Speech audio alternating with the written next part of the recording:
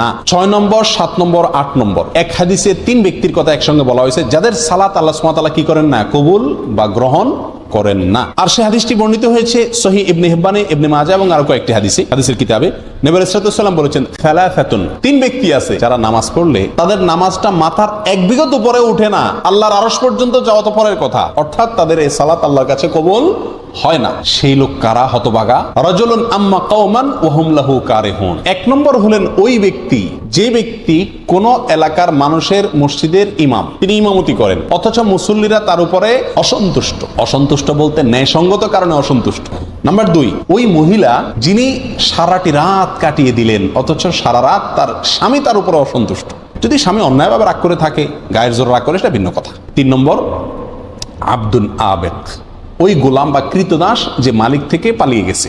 9 নম্বর হলেন ওই ব্যক্তি যে ব্যক্তি মদিনার মতো শহর, আল্লাহ নবী আলাইহিস সালামের মহব্বতের শহর, যে শহর কিয়ামতের আগে দাজ্জালের ফিতনা থেকে পর্যন্ত মুক্ত থাকবে, যে শহরের বহু ফজিলতের কথা হাদিসে বর্ণিত হয়েছে, সেই শহরে যে ব্যক্তি ফিতনা ফাসাদ করবে, সেই শহরে যে ব্যক্তি অশান্তি সৃষ্টি করার অপচেষ্টা চালাবে, এই ব্যক্তির কোনো আমল, নফল আমল, ফরজ আমল কিচ্ছু আল্লাহ তাআলা গ্রহণ করবেন না।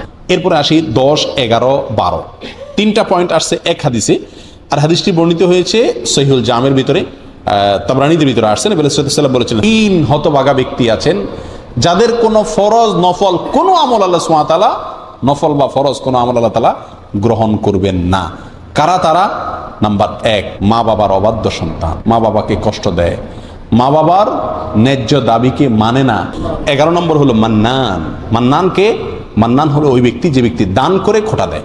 12 নম্বর হলেন ওয়া মুকাযযিবুন বিল কাদার, যে তকদিরকে, ভাগ্যকে অস্বীকার করে, সেই ব্যক্তিরও কোনো আমল কবুল হবে না। 13 নম্বর সর্বশেষ পয়েন্ট, যেটি মুস্তাদরাক হাকিমে আসছে, ওই শাসক তার সালাত আল্লাহ সুবহানাহু ওয়া তাআলা কবুল করবেন না যে শাসক আল্লাহ যা নাজিল করেছেন সেই বিধানের ব্যতিক্রম বা উল্টা ফয়সালা করে বা উল্টা বিধান অনুযায়ী সে বিচার করে, শাসন করে এবং ফয়সালা করে, তারও সালাত কবুল হবে না।